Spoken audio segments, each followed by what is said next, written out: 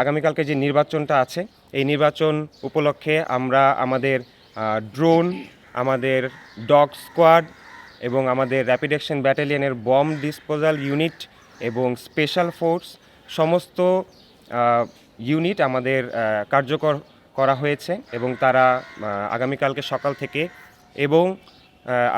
সকাল থেকে নির্বাচন পরবর্তী 2 দিন তারা মাঠে কার্যকর থাকবে।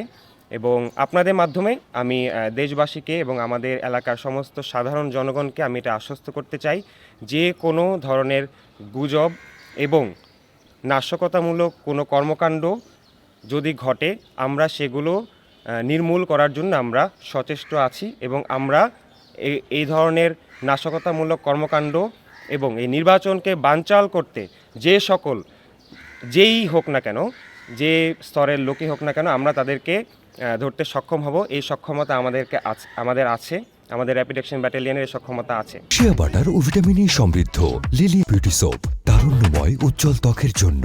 রিমার্ক, সার্বিক নিরাপত্তার আমরা একটা স্তর,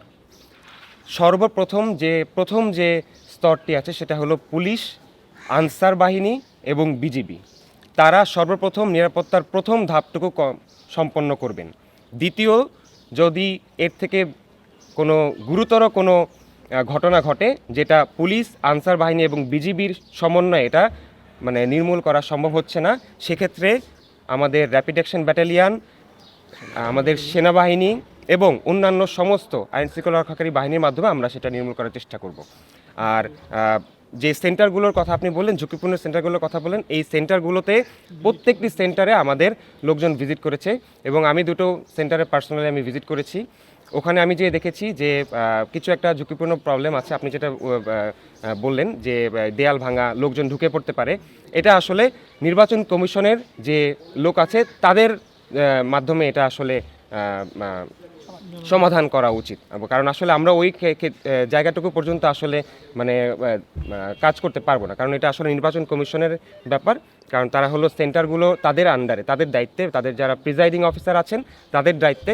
এবং প্রিজাইডিং অফিসার যদি মনে করেন যে এই সেন্টারে এই জায়গায় নিরাপত্তা আমাদের দেয়া প্রয়োজন, তারা যদি আমাদের সাথে যোগাযোগ করেন আমরা সমন্বয় করে তাদেরকে সেই নিরাপত্তাটুকু প্রদান করব।